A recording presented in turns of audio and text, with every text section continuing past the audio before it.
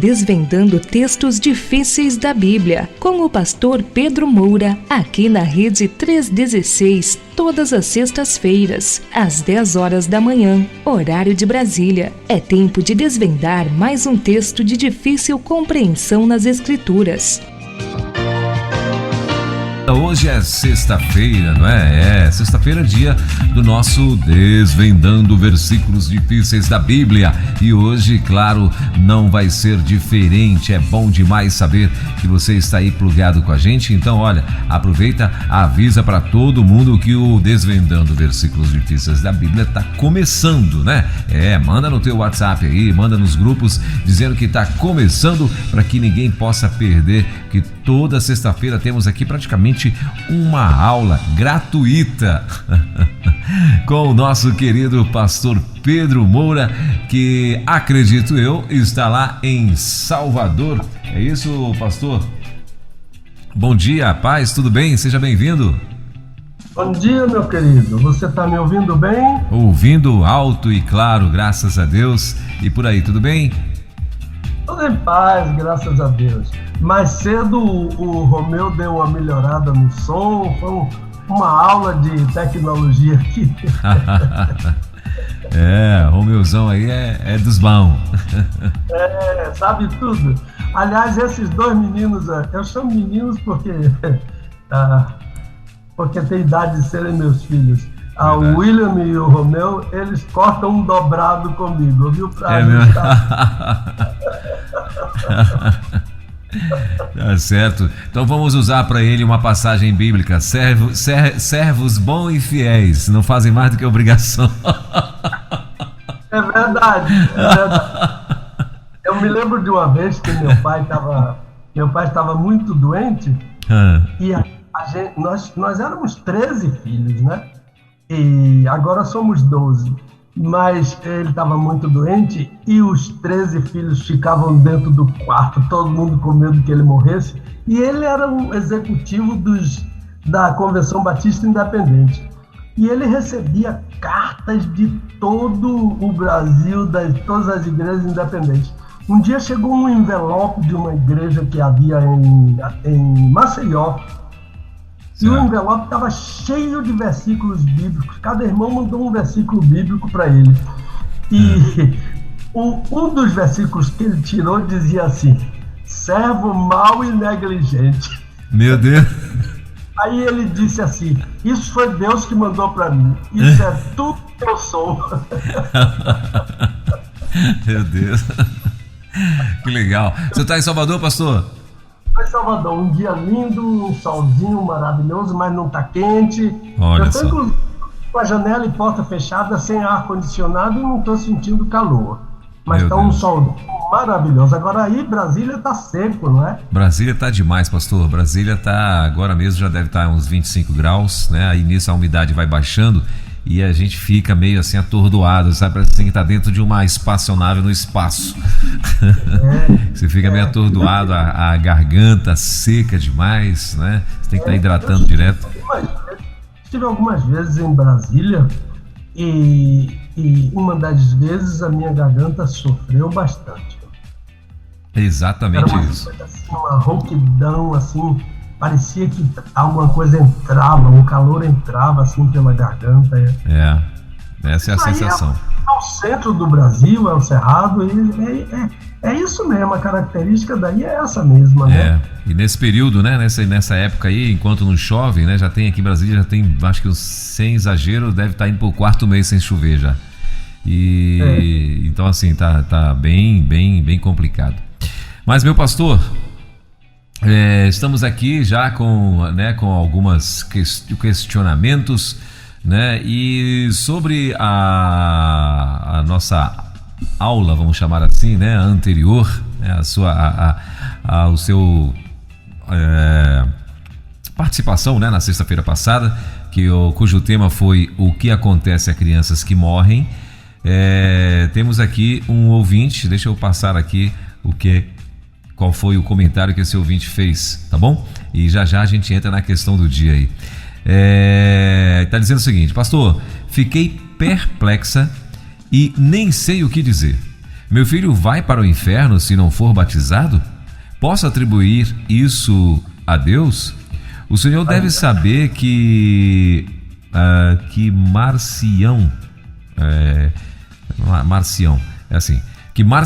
não sei o que ela quis dizer, se é isso mesmo, ensinou sobre um Deus do Antigo Testamento e um Deus do Novo Testamento, a qual dos dois o senhor se referencia. Tenho 3 filhos em idade de batismo que não são batizados. Se um deles morrer, que Deus não permita, irá para o inferno? É interessante o que ela falou. Falamos a semana passada e alteramos um pouquinho a pergunta, não é, que tratava de crianças que morrem, e nós alteramos para inocentes que morrem, não é? Porque não tratamos de toda criança é salva, né? Ainda ontem eu soube de uma igreja que discutiu sobre o programa, né? E uma irmã disse, não, foi isso mesmo que o pastor Pedro disse, que nem todas as crianças vão para o céu aí, mas parece que aquela pessoa daquela igreja entendeu muito bem, pelo que eu soube, entendeu muito bem aquilo que foi explicado, principalmente a irmã que levantou a questão na igreja, e ela dizia assim, mas o pastor Pedro falou isso. Achei interessante isso, mas essa nossa amiga é uma amiga, não é? Porque disse, fiquei perplexa, não é? Isso mesmo. Ao revés, ao contrário da discussão na igreja que eu fiz referência, essa irmã parece que não entendeu o que, né? Eu confesso que eu fiquei preocupado. Será que ela ouviu mesmo o que eu falei? Porque o que eu ouvi agora me parece que é uma inversão da minha argumentação. Quem sou eu para ser juiz e dizer se os filhos dela vão para o céu ou para o inferno? Eu lamentei muito esse entendimento dela, mas eu quero ajudá-la. A gente está aqui para isso. Vamos tentar ajudá-la, né? Primeira coisa é que a menção que eu fiz sobre batismo de crianças para salvação foi uma referência ao engano ensinado e assumido por uma certa igreja. Batizar bebês, esse era o argumento, para eles não irem para o limbo. Isso é um ensino falso, à luz de todo o ensino da Bíblia. Bebês têm salvação garantida por Deus. Não porque eles sejam, nós enfatizamos bem isso, não porque eles sejam imunes ao pecado. Porque desde o ventre são pecadores. Davi diz, Salmo 51, em pecado me concebeu minha mãe. Não porque sejam imunes ao pecado, mas porque Deus estende misericórdia sobre os inocentes. Isso é um ponto. O outro ponto que ela referiu e eu respondo para ela, é que eu não falei em inferno, mas em limbo, que é um lugar ficcional, imaginário, estranho à palavra de Deus. A Bíblia não fala nem em limbo, nem em purgatório. São lugares fictícios, criados, eu digo isso com toda segurança e dó daqueles enganados. Ensino criado para desviar os homens da verdade. A Bíblia só ensina a existência de 2 lugares, céu e inferno. Até lembro que eu brinquei com você, Welber, quando eu disse que purgatório é uma pessoa. Porque o Senhor Jesus purga os nossos pecados, mas não existe um lugar chamado purgatório, nem limbo. Não, isso é estranho à palavra de Deus. Uma outra coisa, em minha argumentação, em nenhum momento eu atribuí a Deus a condenação ao inferno. Foi bem ao revés disso. Eu procurei enfatizar que uma pessoa é condenada ao inferno por causa do pecado. Nunca porque Deus queira isso. Porque Deus quer. Paulo diz isso. Pedro também fala isso. Pedro, eu acho que é 3:9. Que Deus quer que todos sejam salvos. Agora ela citou Marcião. Marcião de Sinop, né? Marcião eu diria à minha amiga que Marcião é um modelo, um protótipo de apostasia. Minha amiga fuja de tudo quanto vem de Marcião. Eu percebi que ela está lendo Marcião. Tudo bem, pode ler o que quiser, mas os ensinos dela, de Marcião de Sinop, não servem para mim, não servem para ela, não servem para ninguém. A ideia de que há um Deus no Antigo Testamento e outro Deus no Novo Testamento é uma heresia, é herética essa ideia. Então, minha amiga, não tome o ensino de Marcião, nenhum ensino de Marcião, por parâmetro em sua vida, porque o ensino de Marcião conflita com tudo da palavra de Deus, do ensino do Senhor Jesus, dos apóstolos, da igreja primitiva. Olha, Marcião rejeitou todos os livros do Antigo Testamento. Nenhum livro do Antigo Testamento presta para ele. E boa parte do Novo Testamento, porque, por exemplo, ele só aceita o Evangelho de Lucas e, deixa eu me lembrar, 10 cartas de Paulo. Nada mais. O restante do Novo Testamento não prestava para ele. Portanto, o exemplo de Marcião de Sinop é o nome dele, porque Sinop é um lugar. Marcião é o pior, o ensino dele, o exemplo dele é o pior que se pode usar. De modo que, respondendo à pergunta da minha amiga, Marcião crê em 2 deuses e eu não creio nos deuses dele. Perguntou assim, qual é o Deus que eu referi de Marcião? Eu não sou idólatra. Marcião era. Porque a Bíblia diz que há um só Deus. 1 Timóteo 2, versículo 5, há um só Deus. E também em Efésios há um só Senhor, uma só fé, um só batismo. De modo que eu lamento que ela esteja preocupada com o que Marcião disse e com o que Marcião fez, porque ele é um péssimo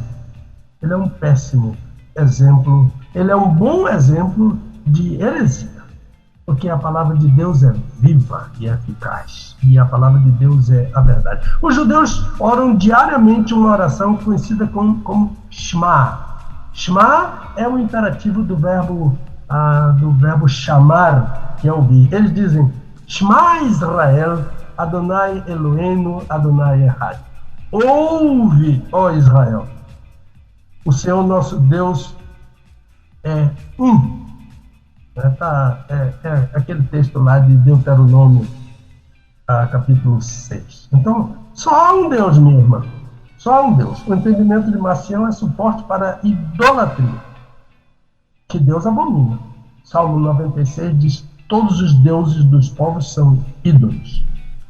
De modo que eu não seleciono ninguém que vai para o inferno ou quem vai para o céu. Mas a Bíblia é que orienta sobre isso. De modo que eu aconselho essa minha amiga a falar com o pastor dela a esse respeito. Porque eu percebo certos, eu diria assim, certos desalinhos entre o que ela entende e o que a palavra de Deus ensina. Agora, quanto a seus filhos, minha amiga, eu continuo com a Bíblia. E aconselho que a Bíblia deve ser o livro de cabeceira dela, porque o ensino lá para os pais é que eles devem criar seus filhos na disciplina e na admoestação do Senhor. Isso está em Efésios, capítulo 6, de 1 a 4, que fala sobre o relacionamento dos filhos para com seus pais, cita o mandamento honra teu pai e a tua mãe, e depois adverte, vós pais, não provoqueis a ira a vossos filhos, mas criai-os na disciplina e na admoestação do Senhor. Minha amiga, só quem pode condenar uma pessoa ao inferno é o pecado. Então, jamais falei que seus filhos vão para o inferno porque não são batizados. Isso é falso.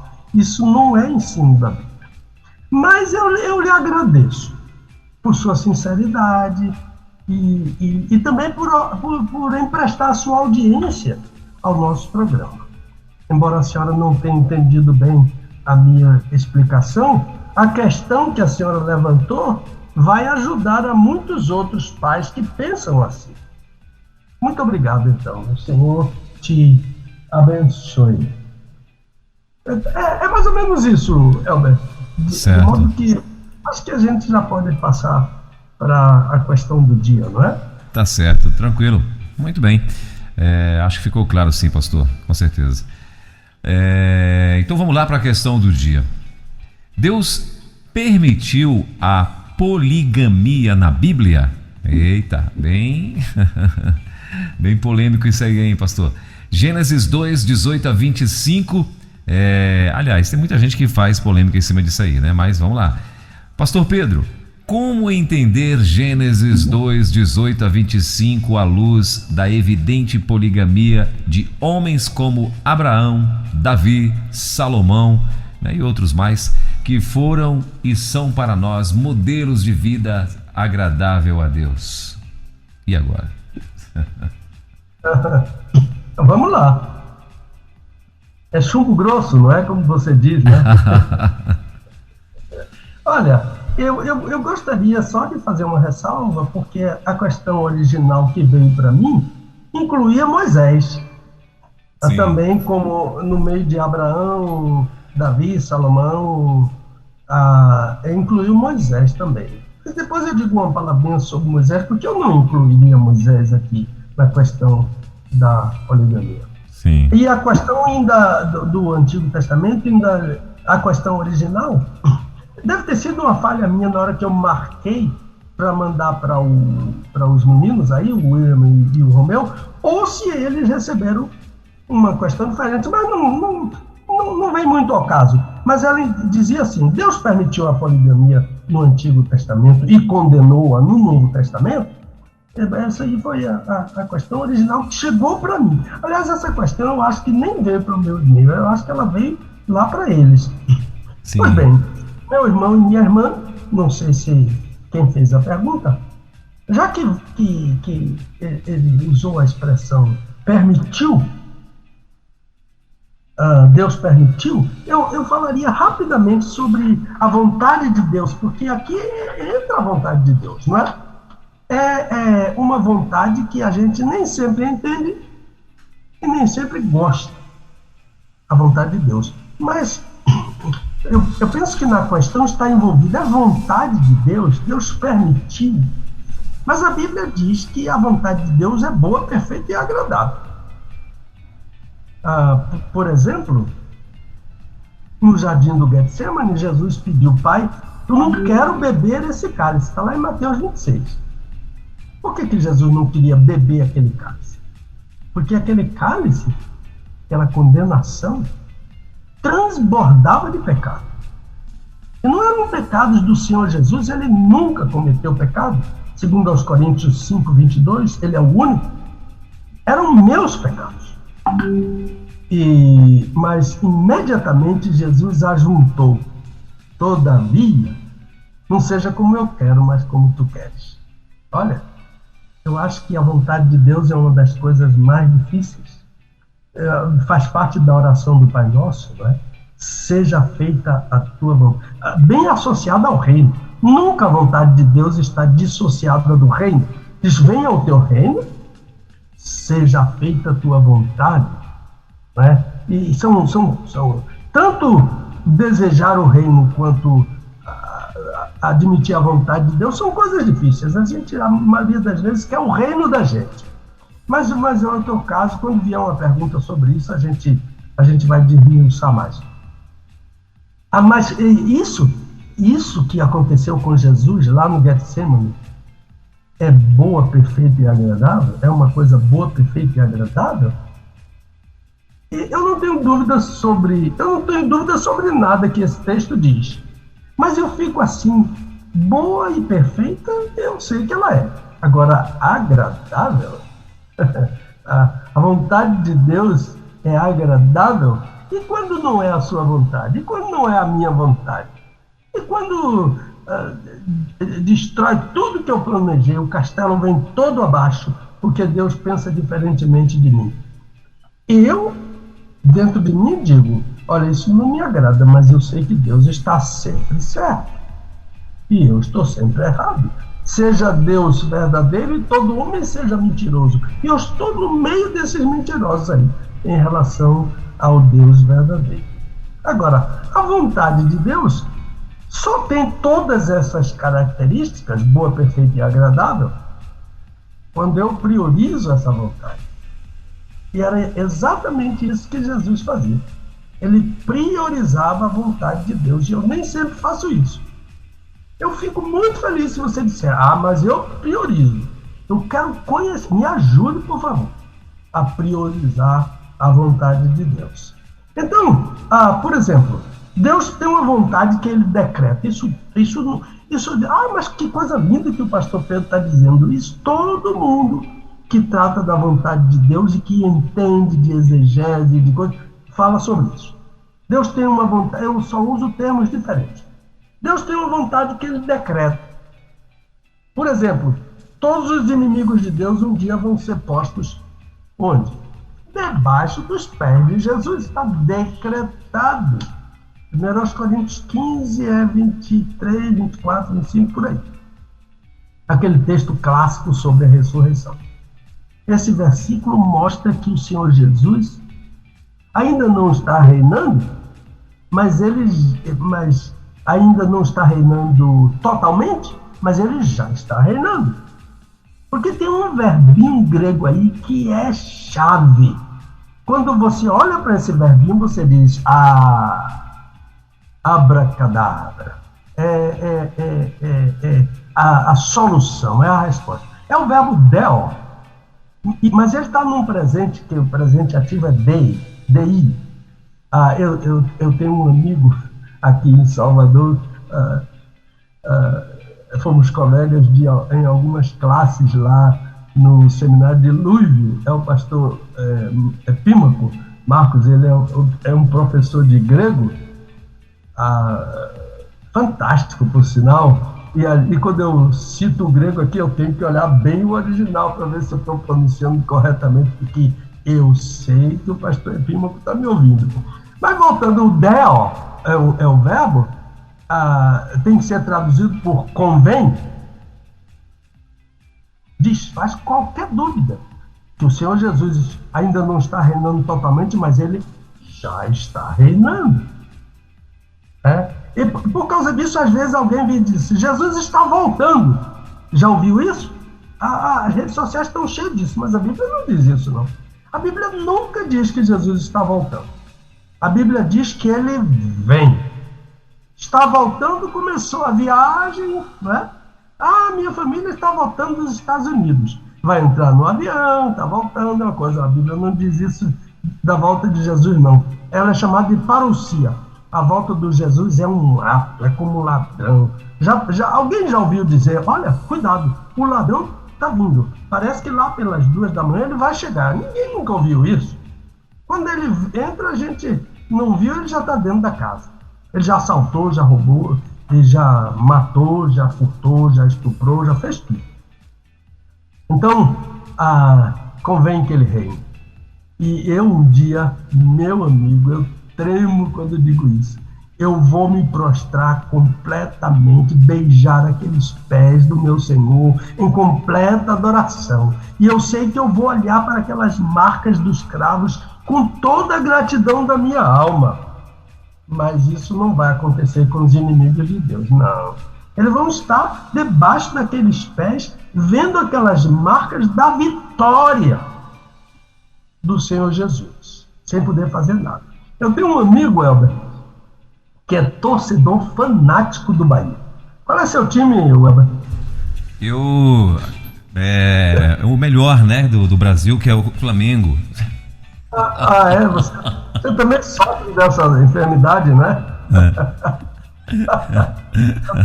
Eu tenho um filho que nasceu no Rio de Janeiro que é flamenguista, é um Saulo. Eu gosto do Flamengo por causa do meu filho. Quando não joga contra o Bahia, eu torço para ele pela alegria do meu filho. Sim. Mas ele diz assim, quando o Bahia perde, eu não quero ver os gols do adversário. Só quando o Bahia ganha. Agora, o que é que ele está dizendo aqui? Eu não quero assistir a vitória do adversário.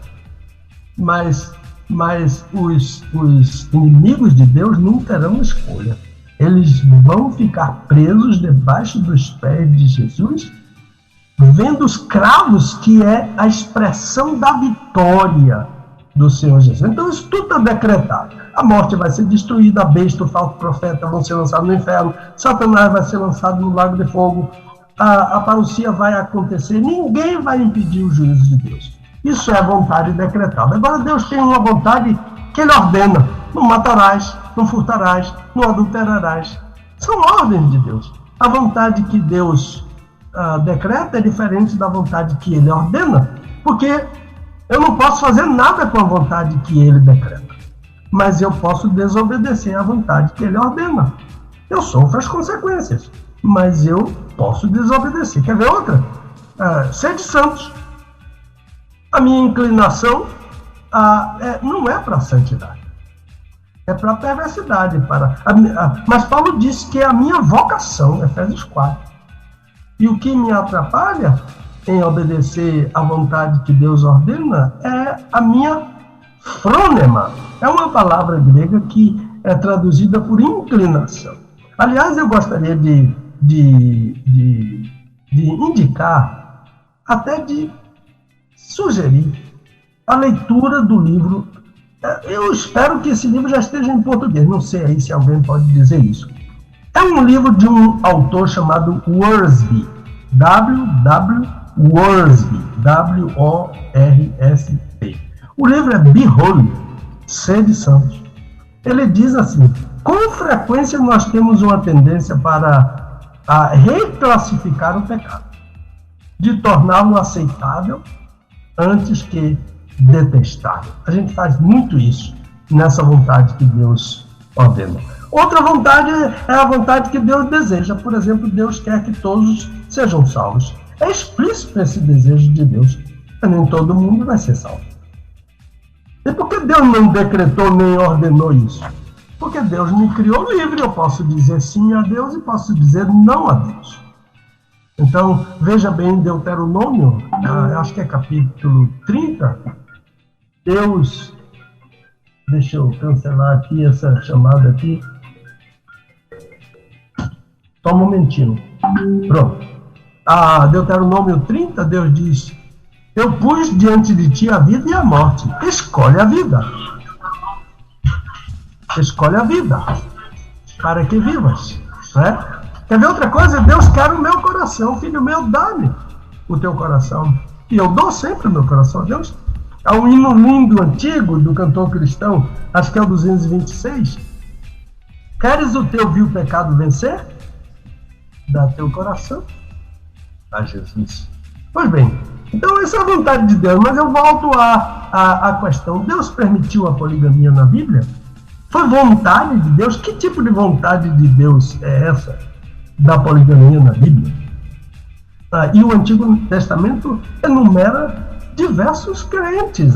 Não está falando só de ímpio, polígamo, não. O Antigo Testamento enumera diversos crentes que tiveram mais de uma esposa. Agora, foi bom que a pessoa que consultou indicou Gênesis 2, 18 a 25, porque todo o ensino sobre casamento, em ambos os testamentos, Antigo e Novo, todo o ensino toma por base esse maravilhoso texto de Gênesis 2, 18 a 25. Eu peço que você abra sua Bíblia, de preferência sua Bíblia de papel, pegue um lápis para anotar, riscar na sua Bíblia o ensino de Gênesis 2, 18 a 25. Agora, eu vou fazer uma ressalva aqui. Eu diria que Abraão poderia até ser excluído dessas listas. Não que ele não seja polígamo, mas pelo menos não em relação a Davi e a Samuel. E Moisés, eu tiraria totalmente. Moisés não é polígamo. Mas Moisés tomou a mulher cuxita, está lá em Números 12. Acho que é o primeiro versículo logo que Arão e Miriam falaram contra Moisés, que eles foram e eles sofreram as consequências da parte de Deus, porque eles falaram isso, fizeram essa acusação, chamaram Moisés de polígamo. Mas a mulher cuxita é a própria Zípora. A única mulher que Moisés teve, Zípora, esse nome lindo, né? Eu nunca vi, fora de Israel, uma pessoa, um crente, colocar o nome de seu filho de Zípora. Na verdade é Tsípora, T-S-I, Tsípora, T-S-I-P-O-R-A-H. É o nome de um pássaro muito famoso dessas regiões lá de Midian, onde Tsípora vivia. Uma mulher linda, uma mulher maravilhosa que ajudou muito a Moisés em sua missão. Então, sem querer defender o erro de Abraão, mas o que aconteceu com Abraão foi muito diferente da experiência de Davi e Salomão, por exemplo. Abraão era casado com uma mulher estéril. E eu sei que isso não é desculpa, e nós citamos há pouco o Wiersbe, que a gente vai renomeando os pecados, né? Desculpando os pecados, mas ela era uma mulher estéril e já contava idade muito avançada. 80 anos quando Ismael nasceu. Abraão tinha 80 anos quando Ismael nasceu. E 100 anos quando Isaac nasceu. De modo que temos que convir que essa não é uma idade normal para um homem engravidar uma mulher. E nem uma boa idade para uma mulher engravidar. Eu digo que minha mulher sempre é a última pessoa que lê os meus bolsos, ela lê durante a noite. E ela botou aqui, uma boa idade para dar à luz a uma criança e entrar em trabalho de parto. A gente sabe que é difícil, né? Passou antes dos 40 anos, é difícil. Ela já tinha 90 quando isso. Mas foi nessa idade que Abraão transpôs o limite tênue que existe entre monogamia e poligamia. É um limite muito tênue, porque um homem que tem uma mulher é monógamo. E um homem que tem duas é polígamo. Ele pode ter 1000, ele pode ter somente duas, e ele pode ter 1000. É poligamia.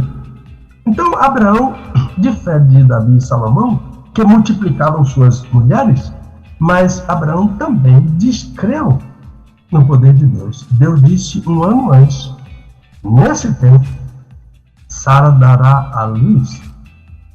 E ele preferiu ouvir aquela voz da ânsia de Sara.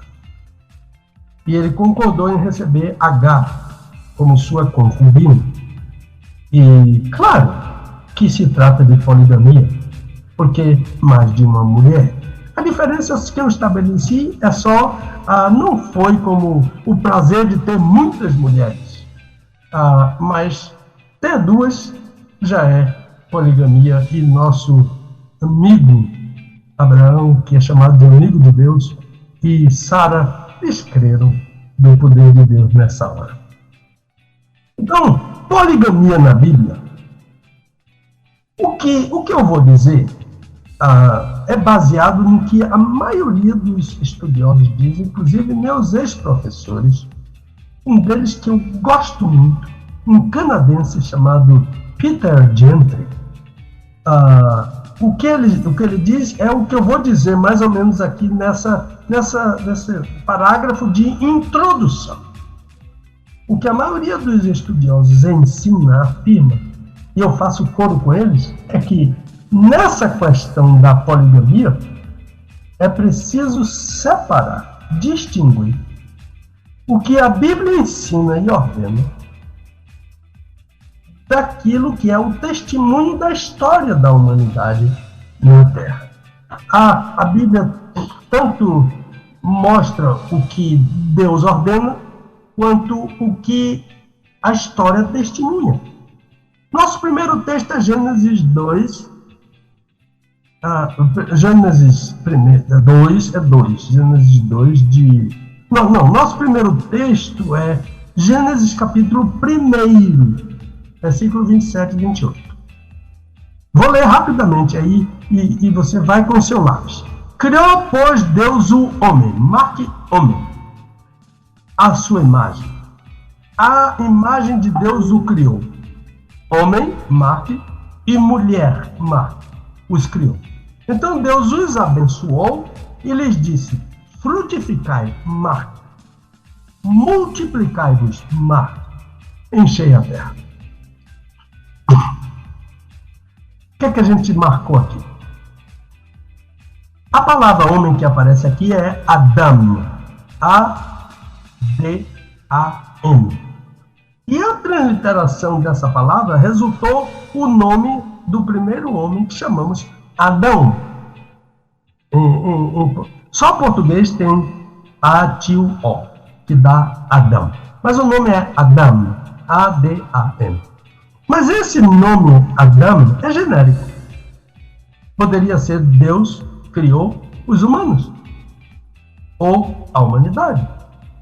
E o autor inspirado, que é Moisés, faz logo a ressalva quando ele diz: Deus criou o homem, homem e mulher, os criou. Então esse nome é genérico. Homem e mulher não é uma boa tradução. Por isso que eu pedi para você marcar homem e mulher. Porque a lição original é Zahar, que significa macho, e Nekva, fêmea. Então, o texto deveria dizer: criou, pois, Deus o homem, à sua imagem, a imagem de Deus o criou, macho e fêmea. Os criou. Então, a ideia de homem e mulher não é lição original. O original é macho e fêmea. Agora, outro ponto que eu pedi para você marcar. Abençoou, frutificai, multiplicai. A palavra frutificai é tão engraçado quando a gente tem que dizer essas duas palavras em hebraico. Que seria pru, urbu. Fica parecendo urbo. Então, sempre quando eu falo para alunos, eu tiro a conjunção que vem antes de rbu, e para não ficar urbo. Então, sem a conjunção e, frutificai e multiplicai, só as palavras, só os verbos, ru e rbu, ou revu. O V, o B, aí vai do gosto do freguês, mas no hebraico está com V. Revu. Aqui abençoou, frutificar e multiplicar, é a primeira bênção que Deus proferiu na Bíblia. A bênção primeira que Deus proferiu na Bíblia foi a um casal, macho e fêmea, porque casal só pode ser macho e fêmea. Não existe casal, duas mulheres e dois homens, não. Aí é um ajuntamento, cada um tem sua escolha, e isso é uma outra questão, mas também não existe casamento que não seja entre um homem e uma mulher. Pode ter um ajuntamento, uma relação sexual, etc. Mas a bênção do Senhor foi sobre macho e fêmea, porque era um casal, foi o casal que Deus criou. Então a primeira bênção de Deus na Bíblia foi sobre um casal e sobre a vida sexual desse casal. Porque ele disse, então Deus os abençoou, quer dizer, o macho e a fêmea, e disse: frutificai, multiplicai. Só macho e fêmea frutifica e multiplica. Não é uma verdade isso? E isso aqui não diz respeito à escolha de ninguém. Mas a verdade é que só macho e fêmea frutificam e multiplicam. Agora, Deus abençoa a relação sexual heterossexual. A relação monogâmica. Vê que há um homem e uma mulher? Então a bênção é sobre a relação monogâmica. Deus abençoou a relação monogâmica. É a única bênção de Deus sobre sexo, é sobre o sexo heterossexual monogâmico. Então, nesse primeiro quadro, nesse primeiro texto, o que a Bíblia ensina é: um homem e uma mulher são o propósito de Deus para a humanidade. Mas não é isso que a história testemunha. Eu não estou falando sobre o ensino da história. Estou falando sobre o ensino da palavra de Deus e testemunho da história da humanidade. Foi o que a minha mulher acrescentou aqui. ensino da história da humanidade. Então, ensino não, testemunho da história da humanidade.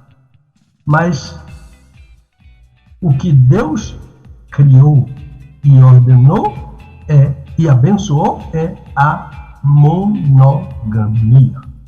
Esse texto, Gênesis capítulo 1, 27 e 28, está ensinando isso. Eu estou fazendo uma exegese, pegando a lição original, olhando o hebraico, olhando o aramaico, às vezes o ugarítico, para poder dizer, é isso que está aqui. Agora, assim, uma outra versão diz isso. Se alguém ensina diferentemente, o que eu estou dizendo é, a Bíblia ensina e ordena isso. O outro texto, sua Bíblia está aberta, né? A Bíblia de papel, está aberta, de preferência. Gênesis 2, 18 a 25. Vamos correr aqui. Disse mais o Senhor Deus, não é bom. Marca a palavra bom. Não é bom que o homem esteja só. Marca a palavra só. Far-lhe-ei uma ajudadora. Marque essa ajudadora aí. Que ele seja idôneo. Da terra formou, pois, o Senhor Deus todos os animais do campo, todas as aves do céu, os trouxe ao homem, aqui é o macho, né? O Zahar, para ver como lhes chamaria. E tudo o que o Senhor chamou a todo ser vivente, isso foi o seu nome. Então, eu vi uma vez um americano falando e dizendo assim, Adão olhou para o elefante e disse, ele tem cara de elefante. E falou em inglês. Aí um aluno perguntou a ele assim, e Deus estava falando em inglês? Aí o professor, que não era professor de hebraico, disse, mas eu não sei o nome elefante em hebraico. Aí um aluno que sabia um pouquinho de hebraico disse, elefante é pil em hebraico, P-I-L, pil. Então, Adão olhou para aquele bicho enorme e disse, ele parece um pil, e o nome dele ficou Pil, que é o elefante. Mas vamos seguir. E a tudo quanto o homem chamou, para ver como ele chamaria, tudo quanto o homem chamou, isso foi o seu nome. Assim o homem deu nome a todos os animais domésticos, às aves do céu e a todos os animais do campo. Mas para o homem não se achava, olha essa expressão, marca aí, ajudador idônea. Então o Senhor Deus fez cair um sono pesado, não vou falar sobre sono pesado, essas figuras que aparecem daqui em diante eu não vou falar. O meu livrinho ajuda muito, o Manual Doutor do Casamento. Então o Senhor, e há outros livros também sobre isso. Então o Senhor Deus fez cair um sono pesado, é uma boa palavra para marcar, sobre o homem, este adormeceu, tomou-lhe então uma das costelas, é uma boa palavra, embora eu não vá explicar sobre isso hoje, mas tudo isso tem explicação, costela, fechou a carne em seu lugar. E da costela, marca a costela, que o Senhor Deus lhe formou uma mulher. E a trouxe ao homem. Esse trouxe também aí é muito importante. Embora eu não vou tratar disso hoje. Então disse o homem, marque aí, a palavra esta. Esta é agora osso dos meus ossos e carne da minha carne. Ela será chamada varoa, mulher, Ishá, né? Ele é Ish, ela é Ishá. Ish é homem em relação a uma mulher, um homem casado. Ishá é uma mulher casada. Ela será chamada Ishá, mulher, porquanto do Ish, do homem, foi tomado. Agora, esse versículo aí é fundamental aí para o ensino da monogamia. E, finalmente, o sermão o primeiro sermão do casamento. Portanto, deixará o homem a seu pai, a sua mãe, unir-se à sua mulher, e serão uma só carne. E ambos estavam nus, marca a palavra nus, o homem e sua mulher, marca a expressão o homem e sua mulher, e não se envergonhavam. Marque o envergonhado. Aqui está o principal texto da Bíblia toda, Novo e Antigo Testamento, sobre casamento. Todo o ensino da Bíblia está aqui. Então, o que nos ensina a palavra de Deus? O que nos ordena a palavra de Deus? e não é bom que o homem esteja só, a palavra-chave, um homem sozinho não é o propósito de Deus. Alguém disse que a solidão é má companheira, má conselheira. E a Bíblia diz, melhor ainda, a Bíblia diz, melhor é serem dois do que. Eu gosto da versão que diz, e em inglês é assim também. Dois é melhor do que um. Porque enfatiza o dois e deixa o melhor no curso do texto. Dois, olha que são dois, né? Dois, não são três, não são quatro. Dois é melhor do que um. Eclesiastes capítulo 4, é fantástico o texto de Eclesiastes capítulo 4, que ele diz por que dois, por que melhor é serem dois do que um. Então, a primeira parte do versículo 18, disse mais o Senhor Deus. Esse verbo aqui é riquíssimo, é o verbo amar. Em hebraico, amar é dizer, porque ele acumula o sentido de dizer e de pensar. Claro que quando fala no pensar, é um antropopatismo. Antropopatismo é uma figura de linguagem, não é? Antropomorfismo e antropopatismo são interessantes, isso em hermenêutica. Porque antropopatismo é quando eu atribuo um sentimento humano a Deus, para que o humano entenda que Deus se arrependeu. Isso é sentimento dos homens, para que o humano entenda o que se passou no coração de Deus. E antropomorfismo é quando eu atribuo o corpo, o braço de Deus, os olhos de Deus, né? Aquilo que a gente entende da forma humana a Deus. É antropomorfismo. E antropopatismo é atribuir sentimentos humanos a Deus. Mas o autor inspirado usa essas duas figuras de linguagem, para que nós humanos entendamos o que se passava com o Senhor naquele momento. O livro do Gênesis, nesses capítulos iniciais, ele mostra um Deus artista, que diz e pensa, que contempla o que ele faz. Ele é o único Deus sábio, diz Romanos capítulo 16. Temos o registro da expressão recorrente, e viu Deus que era bom.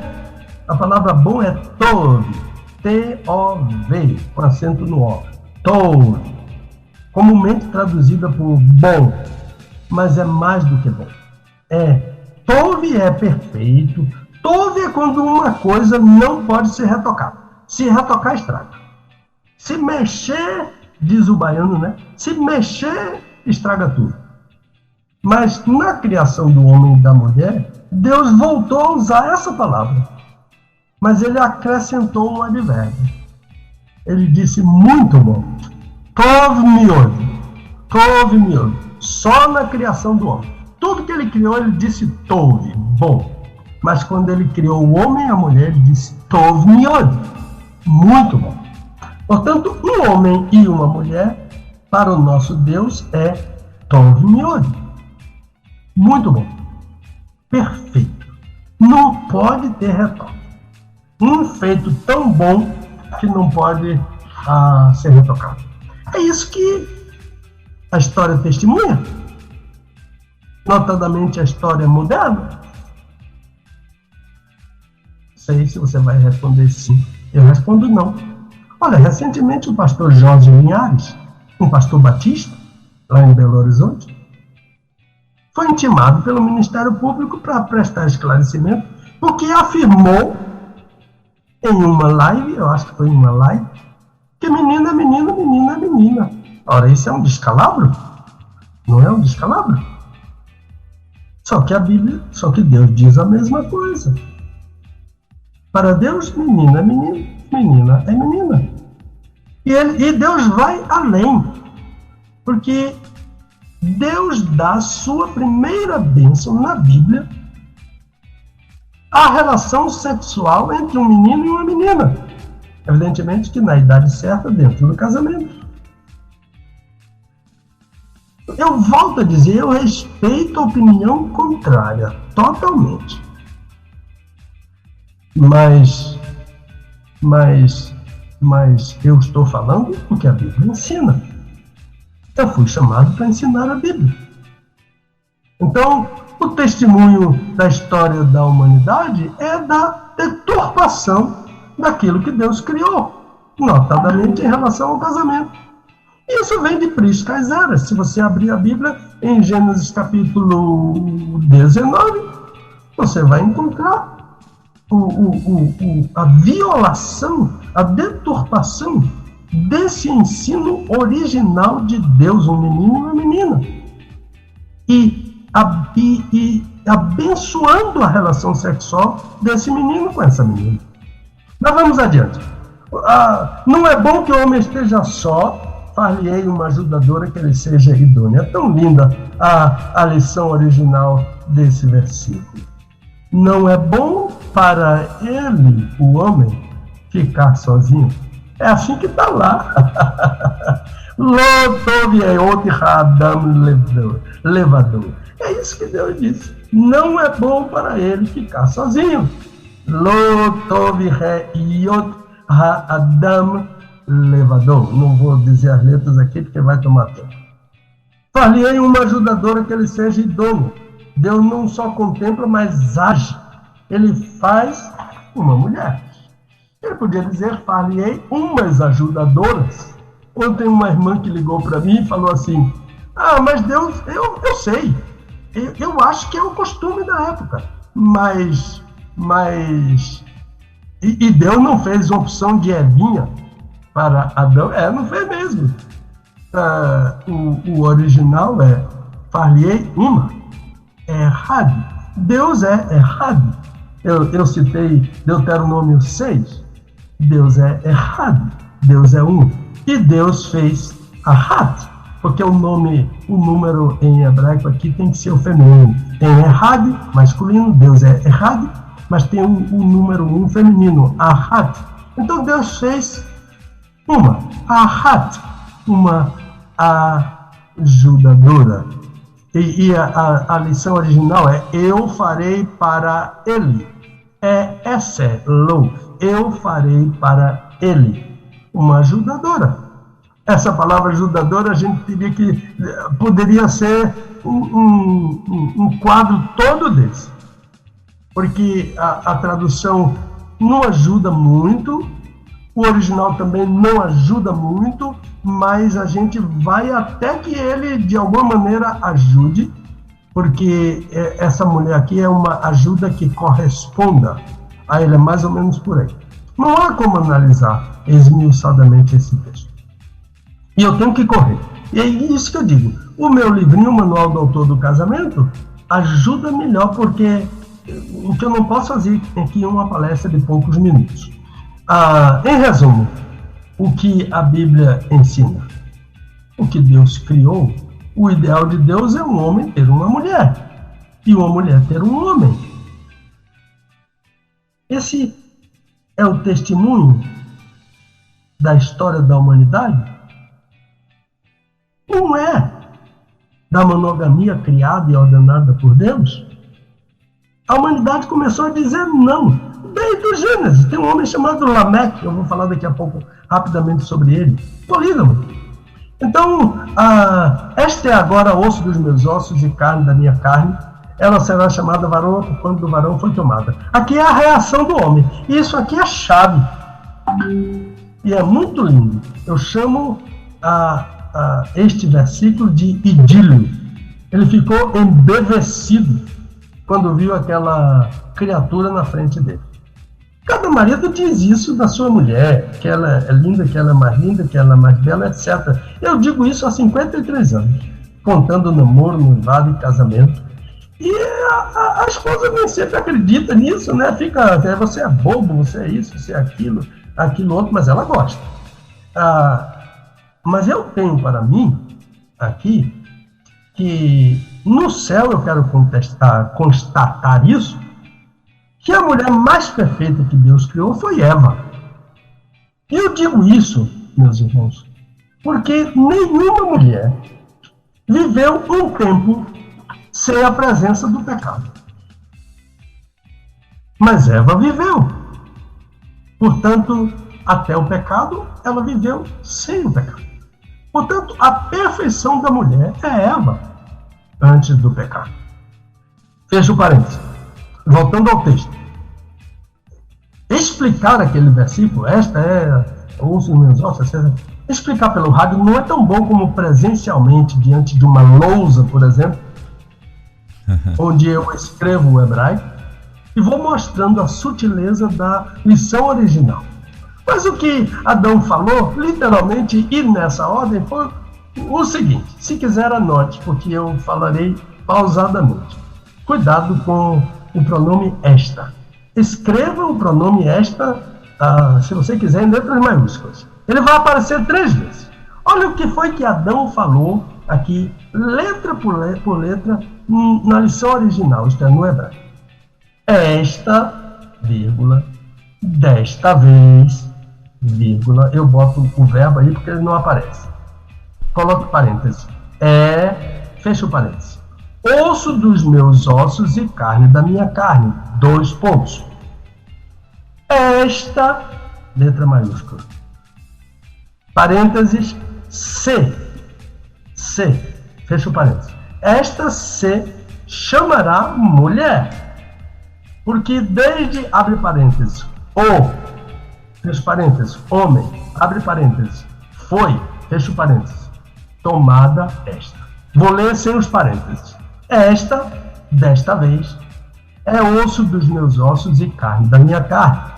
Esta se chamará mulher, porque desde o homem foi tomada esta. É assim que está no hebraico. O que vocês viram aqui? O pronome esta 3 vezes. Sim, mas ainda mais. No hebraico, este pronome é a primeira palavra da sentença. É a palavra do meio da sentença. E é a última palavra da sentença. Como é que eu interpreto essa sutileza que o Espírito de Deus colocou aqui? Que o Espírito de Deus soprou para Moisés. Quem quiser pode dizer que eu sou prosaico, não me importa. Eu interpreto da seguinte maneira. Casamento começa com esta, continua com esta e vai com esta até o fim. É isso que está aqui no texto. Esta é a primeira palavra, esta é a palavra do meio e esta é a última palavra. Casamento começa com esta, continua com esta e vai com esta até o fim. Eu acho que o Elber está rindo aí de mim agora. A palavra de ordem a propósito do casamento na Bíblia é monogamia. Deus não só criou, ele criou e abençoou a monogamia. Agora o sermão. Portanto, deixará o homem seu pai e sua mãe, unir-se-á a sua mulher, e serão uma só carne. Aqui Deus presidiu a primeira cerimônia de casamento. Quem pregou foi ele. Não tenho tempo para detalhar nada disso. Mas tem 2 coisas para dizer aqui. A palavra ish, que é a palavra que aparece lá, homem, e a palavra estou, mulher dele, estão no singular. Singular. Ish, homem. Estou, mulher dele. A tradução seria se unirá a mulher dele. Tem outras coisas, é outra questão aí desse verbo unir-se-á, que a gente explica em outra questão. É bom, dentre outras coisas, porque, ao que parece, a cultura impõe monogamia às mulheres. E o homem tem direito de ser polígamo. Mas aqui o texto diz: portanto, deixará o homem. Marque esse artigo "o" aí na sua Bíblia. Deixará o homem. Por que eu mandei marcar? Porque ele não está no texto. E quando uma frase hebraica, vem um substantivo sem o artigo, eu tenho que procurar o indefinido. E não tem artigo indefinido em hebraico. O artigo indefinido é quando não tem o definido. Então o texto é: deixará um homem. É um homem. Então a imposição de monogamia só para a mulher e o homem pode ser polígamo não é bíblico. Deus disse: um homem deixará seu pai e sua mãe e se unirá à mulher dele. Não é qualquer mulher. Não é a concubina. É se unirá Isto. I-S-H-T-O com acento circunflexo. Isto, a mulher dele. Então, a desobediência ou o descaso a este sermão são, juntamente, desobediência e descaso, responsáveis por todos os problemas que existem no casamento. Não tem a menor dúvida. E eu posso falar sobre isso amplamente numa palestra só sobre esse versículo. E finalmente ambos estavam nus, o homem e sua mulher, e não se envergonhavam. Aqui está o que Deus quer para um casal: total intimidade. Ambos estavam nus, não se envergonhavam, total intimidade. Cuidado com gente que prega o contrário a isso. Eu chamo de sermão da serpente. Cuidado com o sermão da serpente. Porque esse lúdico maravilhoso do adulto foi criado por Deus. E essa nudez que está no texto agrada a Deus, quando é o homem e a mulher dele, quando é a mulher e o homem dela, não a mulher do vídeo, não o homem do vídeo, não a revista pornográfica, não, o homem e a mulher dele, porque eles são íntimos por ordem de Deus, em toda a extensão da palavra intimidade. Os adeptos dos clubes de nudismo não são íntimos, eles são promíscuos. Mas o homem e a mulher, não.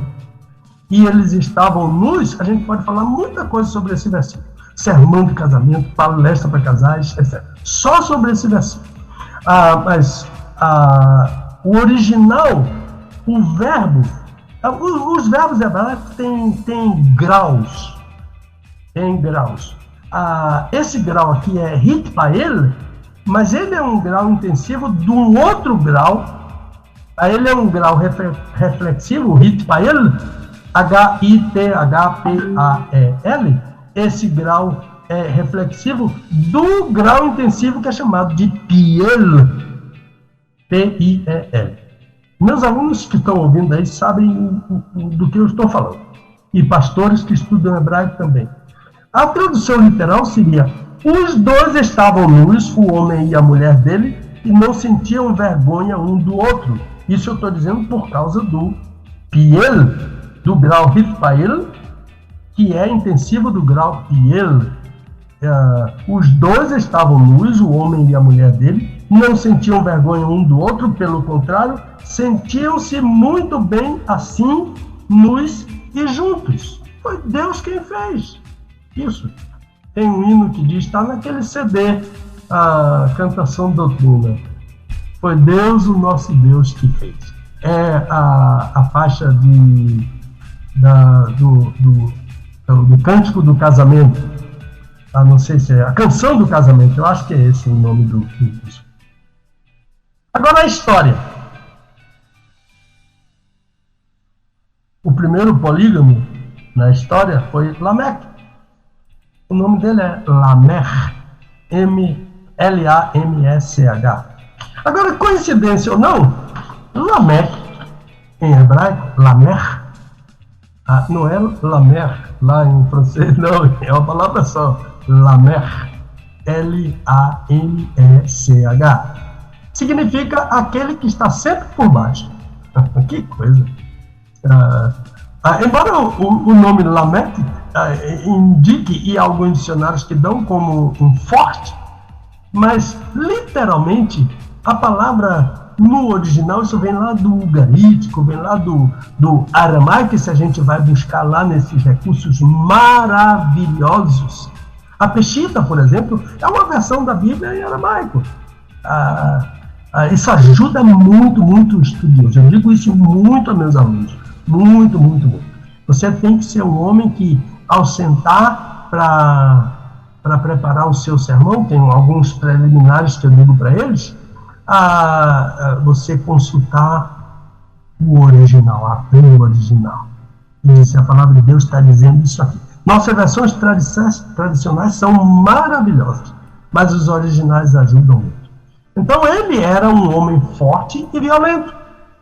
Olha o que ele diz. A primeira vez que ele aparece na Bíblia. Matei um homem porque me feriu. matei um jovem porque me pisou. Gênesis capítulo 4. Está falando lá de descendentes de Caim. Com quem Lameque aprendeu tamanha violência? Com Caim. Ele era descendente de Caim. Ele era um terceiro ou quarto neto de Caim. Ele era filho de filho de filho de filho de Caim. Foi com Caim que ele aprendeu a violência. Porque a Bíblia afirma que esse violento tomou para si 2 mulheres. Então esse violento está em flagrante contraste com o ensino, o projeto. Tem um professor que dizia o desenho. Ele disse que Deus desenhou a monogamia. E hoje o povo diz assim, não entendeu, não quer que desenhe? Não é isso? A gente encontra isso muito nas redes sociais, né? E eu tenho um professor, eu tive um professor há muitos anos, lá pelos anos, eu não lembro agora. Ele dizia, Deus desenhou a monogamia. Então, pois bem, a Bíblia afirma que esse violento, Lameque, tomou para si 2 mulheres. Contraste total, com violação total da ordem, do projeto e da bênção de Deus. Esse é o testemunho da história da humanidade, que um homem chamado Lameque, mas esse não é o ensino da Bíblia. A violência, Deus condenou a violência de Lameque já em Caim, seu avô, o bisavô, o tetravô. Porque Deus disse a Caim, o pecado jaz à porta, mas sobre ele tu deves dominar. Eu já falei sobre isso, Gênesis 4, 7. Mas Caim não gostou. E não gostou disso. E matou Abel com violência. Agora, segundo em relação a Lameque, Deus criou uma mulher para o homem, mas Lameque disse, isso está errado. E tomou para si 2 mulheres. Então, a Bíblia não permite, não ensina, não cria monogamia. Ela parte sempre de alguém que diz, isso está errado. Monogamia está errado. E eu vou tomar 2 mulheres porque não aceito esse desenho de Deus. Não entendo, não quero, não adoto, violo deliberadamente. Lameque é o modelo do homem ímpio que viola o projeto original de Deus. Então, antes de analisar aqui, a gente já tem 11 e 14, antes de analisar a poligamia entre os patriarcas e outros personagens importantes da Bíblia, tem um personagem que entra aqui na história, que é a mulher estéril. Ela é chamada de Acaraloialada. Acaraloialada era uma mulher que em algumas Bíblias, Acaraloialada, a palavra acará é estéril e loialada é estéril, é ênfase. Acaraloialada é a estéril que não dá a luz. Essa acará era chamada de desolada. Essa mulher precisava... O que essa mulher precisava? Para que o marido dela continuasse monógamo. Ela precisava insistentemente do amor do marido.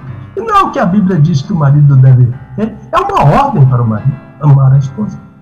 Agora, a história da humanidade impunha ao homem e à cultura ao homem ter muitos filhos, principalmente meninos. Isso, ter muitos meninos, 12, por exemplo, fez de Jacó um homem famoso, poderoso, respeitado, porque teve 12 filhos homens. E teve uma menina, chamada Diná, uma única filha, que teve um caso seríssimo, né, com aquela pobre daquela menina. E por causa do opróbrio, muitas mulheres abriam mão da poligamia, da monogamia, violavam a ordem de Deus e adotavam o costume do que se chamava, que os estudiosos chamam de filhos dos joelhos. Isso é, a esposa dava uma serva ao marido e o filho que nascia daquela serva era chamado... O filho que nascia daquela serva era filho não da serva, mas da esposa. E na hora do parto, a esposa se postava diante da parturiente e recebia aquele bebê nos seus joelhos.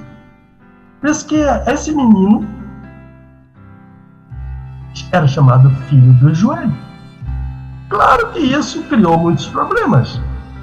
Tudo que está fora do plano de Deus, do projeto de Deus, da ordem de Deus, do ensino de Deus, cria problema, traz consequências, mais cedo ou mais tarde. A Agar, por exemplo, desprezou Sara. Por quê? Porque ela deu um filho homem a Abraão. E Sara não deu nada, porque Sara era a caralo-ialada. Ela era estéril, que não dava luz. Isso aconteceu também com Ana, né? A mãe de Samuel. Que Penina era a segunda esposa de Elcana. A Penina zombava dela, ria dela, criticava ela, porque ela não teve filhos. E Penina teve vários filhos. A história de Ana é outra, né? Porque depois Deus abriu dentro da... Ok. Jacó censurou a Raquel porque não tinha filhos. Agora, a concubina, que não era a primeira esposa, era chamada de rival. Olha como a Bíblia trata isso. A palavra Tsara, T-S-A-R-A-H, Tsara é rival. A Bíblia diz que Penina, palavra que significa pérola, Penina, era rival de Ana. Então, portanto, a caralo-ialada, a desolada, ainda tinha que suportar uma tsará, uma rival. Como isso tudo difere do registro, da ordem, do modelo, do padrão de Deus? Esse é o testemunho do novo padrão registrado na história da humanidade. Não está na Bíblia, mas não é da Bíblia. A história humana mostra o homem infiel, desleal, desobediente, incrédulo no sentido de eu não quero crer que Deus possa fazer isso. Eu não quero crer que Deus pode intervir miraculosamente. Então vamos lá. Já vimos Lameque, que era um ímpio violento, agora vamos ver os filhos de Deus. O Antigo Testamento apresenta muitos filhos de Deus polígamos, mas tudo dentro desse escopo que nós estamos interpretando agora. Abraão é casado com uma mulher estéril. É uma linda mulher, não é? Eu estou me lembrando daquele filme Pretty Woman, de Lawton, né? J.F. Lawton, J.F. Lawton, Pretty Woman. Sara era essa Pretty Woman, essa linda mulher. Aos 90 anos ela era cobiçada por príncipes, por faraós, por reis e poderosos. Que Pretty Woman aí, hein? Vamos tirar o chapéu, não é? Para Sara. Deus prometeu um filho a eles dois na velhice, mas tanto Abraão quanto Sara duvidaram e descreram da promessa de Deus, do poder de Deus. Mas Sara, estéril, já com 90 anos, vai dar à luz. Ela riu, né? Lá dentro da tenda, e o anjo disse: por que você riu? Ela mentiu. Ela disse: eu não ri. Ele disse: olha, não diga isso porque você riu. É por isso que o nome de Isaac é Yitzhak, né? Sarhak é sorriso. Eu tenho um professor, eu nunca achei isso em nenhum dicionário, nem léxico. Ele disse que Sarhak é riso de mofa, mas eu nunca encontrei isso. Sara propôs que Abraão tivesse um caso com Agar, para a serva egípcia. Isso vem de Deus. Deus criou uma serva para Eva. Deus propôs um caso de Adão com a serva. E a incredulidade, sabe o que ela gerou? Infidelidade. Descreram de Deus e tornaram-se infiéis um ao outro e infiéis a Deus. Sara e Abraão violaram o plano, o projeto, a ordem, o projeto, o desenho de Deus. Mas era costume daquele tempo? Era. É tão interessante que minha esposa, quando lê as perguntas, ela me dá logo a opinião dela. Ela disse: Pedro, isso era costume dos tempos passados. Era costume, né? Quem lê por último nos meus esboços é minha esposa. Qualquer um esboço meu, quem lê por último é ela. Mas minha esposa Minha esposa estudou em algum seminário que tem uma exegese assim especial, né? Tudo é muito fácil. A semana passada todas as crianças são salvas. Essa semana mas era cultura. É assim. Ela está certa. Era assim o costume. E a história faz outros registros. Agora, esse costume, que era chamado de consuetudinário, era o padrão de Deus? Para o homem?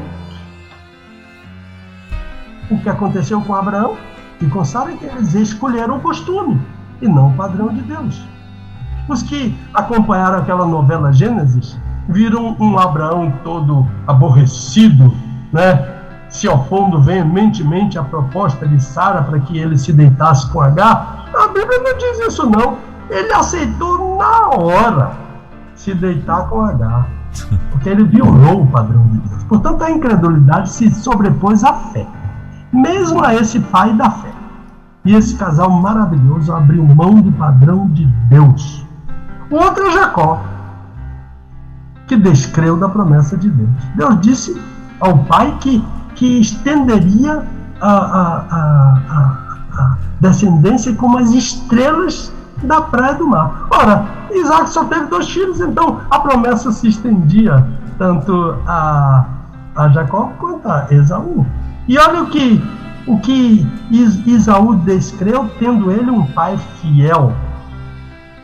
Isaac não foi como Abraão. Isaac soube da esterilidade de sua mãe Sara e casou-se com Rebeca, uma mulher estéril. Mas ele acompanhou o que aconteceu com Abraão e Sara com o nascimento do filho de Agar. Ele viu as consequências trágicas, né? Aquele desenlace, teve que expulsar o menino e tantas outras coisas, né? Mas Isaac nunca admitiu uma serva em sua cama. Foi o que ele fez diante da realidade de estar casado com uma mulher estéril? A Bíblia diz, Gênesis 25, a Bíblia diz que Isaac orava por Rebeca porque ela era estéril. O hebraico diz orava insistentemente, em grau intensivo no verbo hebraico.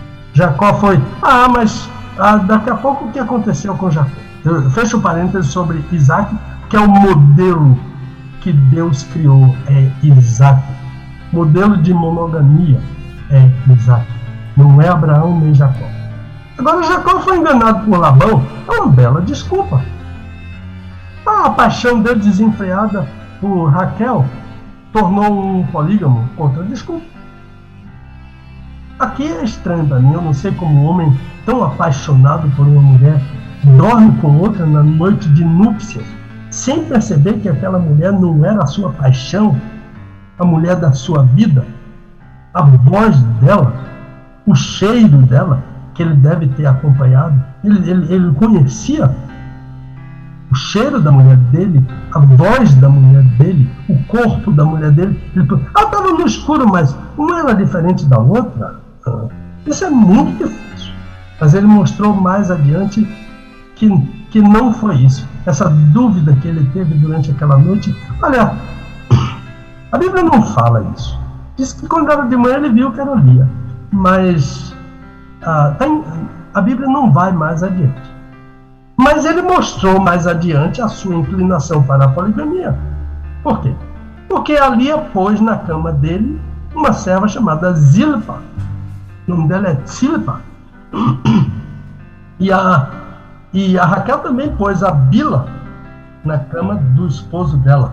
E ele aceitou. Agora, no caso de Raquel, é aquele desespero, o mesmo desespero de Sara, né? A esterilidade, mas Lia não. Lia era uma mulher cheia de filhos. Mais ou menos 6 filhos ela já tinha nessa ocasião. Impor ao marido uma concubina só para disputar com a irmã, disputar com a irmã? Para a irmã dela era estéril? Ainda não tinha dado a luz? Era a caraloialada que não dá a luz? Claro que Lia transgrediu o modelo, a ordem, violou a ordem de Deus e adotou o costume. E claro que Jacó tem culpa nessa história, claro.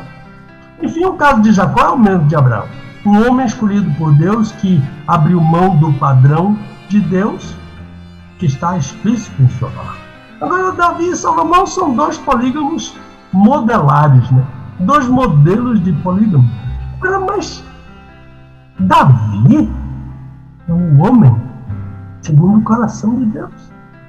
Salomão, sabe que o nome de Salomão dado por Deus foi Gedidias? Iedidia? Yedidiah, amado por Deus. Dois polígamos modelares. A desculpa era que os reis demonstravam poder a seus inimigos tendo muitas mulheres. Era o costume. Agora, tem o costume e tem o modelo de Deus. O que é que eles dois adotaram? O costume. Porque um homem só podia casar com mais de uma mulher se tivesse comprovadamente condição de mantê-las e aos filhos dela. Mas a Bíblia está ensinando isso. Não está ensinando nada disso. Deus está ajudando para que a coisa não se estenda e delimitando isso na sua palavra. No Deuteronômio 17:17, a palavra de Deus diz: o rei não terá para si muitas mulheres, para que seu coração não se desvie. Olha, que coisa! Então, Davi e Salomão se desviaram do padrão do Senhor e optaram pelo padrão que a história testemunha. Sabe por que muitos juízes tinham diversas mulheres? Porque os juízes queriam um dia se tornarem reis. E quais são as consequências da poligamia? Quais são as consequências do marido deixar sua mulher e se casar com outra? O marido ser marido de uma outra mulher tendo a sua esposa viva? É uma desgraça que vai acontecer mais adiante na família. A família de Davi é o modelo do que a poligamia pode causar. Adultério, cobiça, o mandamento é não cobiçarás, incesto. Amon, filho de Davi, estuprou Tamar, filha de Davi. E Absalão, filho de Davi, matou Amnon, filho de Davi. Esses males cobriram a família de um dos homens mais especiais da Bíblia, segundo o coração de Deus. E ninguém vai escapar quando foge ao modelo de Deus. Pedro Moura, aliás, uma das marcas, né, dos batistas, eles também são conhecidos por estudos das Escrituras. Em muitas cidades são conhecidos até mesmo como os Bíblias, não é isso, pastor Pedro? E hoje, claro, nessa data tão especial, estamos aqui estudando com o pastor Pedro Moura, né, e onde o tema de hoje, Deus permitiu a poligamia? É uma pergunta, né, que foi feita por um dos nossos ouvintes, um dos nossos espectadores aí que tem acompanhado a Rede 316. E o pastor Pedro Moura estava lá no raciocínio de Davi, né, falando exatamente sobre Davi. Davi era um exemplo clássico de polígamo e ele estava explicando o porquê, né, de tudo isso. Pastor, o senhor continua então aí com o teu raciocínio, que o senhor estava ali no meio, mas eu tinha que fazer essa intervenção aí com o pessoal lá em Santa Bárbara do Oeste. Aliás, hoje um dia tão especial, né, pastor? Sim, é um dia especial, sim, para todo o Brasil batista. Sim. E eu tô finalizando mesmo, entendeu? Com Davi e Salomão eu estou finalizando mesmo. E dizendo que eles sofreram as dores, as consequências de tudo quanto eles assumiram. Então, fechando todo o ensino, o que a maioria dos estudiosos afirma, e eu faço coro com eles, é que na questão da poligamia é preciso separar o que Deus criou, ensinou e ordenou daquilo que a história da humanidade está. Então, é isso mesmo, e o autor da carta aos Hebreus diz: honrado seja entre todos o casamento e o leito sem mácula, isto é, a relação sexual dentro do casamento, pois aos devassos e adúlteros Deus os julgará. É isso aí, meu irmão. Está com você a palavra. Uai, pastor, já? Que legal. Mas muito bom. Hoje, então, tivemos aí esse ensino, né? Vamos dizer assim, maravilhoso, mais uma vez, com a participação do pastor Pedro Moura, diretamente lá de Salvador, Bahia, nesse dia hoje tão especial, né, que é para os batistas brasileiros, né, a comemoração dos 150 anos aí dos batistas brasileiros. Pastor, mais uma vez a gente quer muito agradecer aí pela sua disponibilidade de tempo, né, de estar aqui com a gente, respondendo as perguntas, né, e felizes aí por fazer parte junto com o senhor, né, desse momento aqui tão bacana aqui na Rede 316. O senhor tem mais alguma coisa que o senhor gostaria de acrescentar sobre o assunto? Não, é aquele fechamento mesmo que eu já fiz. Uma coisa é a ordem de Deus, outra coisa é o testemunho da história. Que Deus abençoe os meus queridos ouvintes que estão aqui. Meu telefone aqui não está parando, chamando e a esposa lá está atendendo e respondendo os chamados, ouviu? Sim. Deus abençoe você, Elber.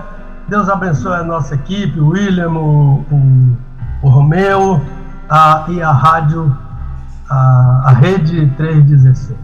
Maravilha. Pastor, muito obrigado mais uma vez. Bom fim de semana para o senhor e até a próxima sexta, então. Se Deus quiser. Bom fim de semana para você também. Valeu. Obrigadão. É isso. Então, conversamos com o pastor Pedro Moura, que está lá diretamente de Salvador, Bahia, né, em mais um Desvendando Versículos Difíceis da Bíblia. Hoje ele falando sobre poligamia. Deus permitiu? Então, já deu aí esta super aula que acontece toda sexta-feira aqui na Rede 316, no Desvendando Versículos Difíceis da Bíblia. Desvendando textos difíceis da Bíblia. Com o pastor Pedro Moura, é tempo de desvendar mais um texto de difícil compreensão nas Escrituras. Aqui na Rede 316,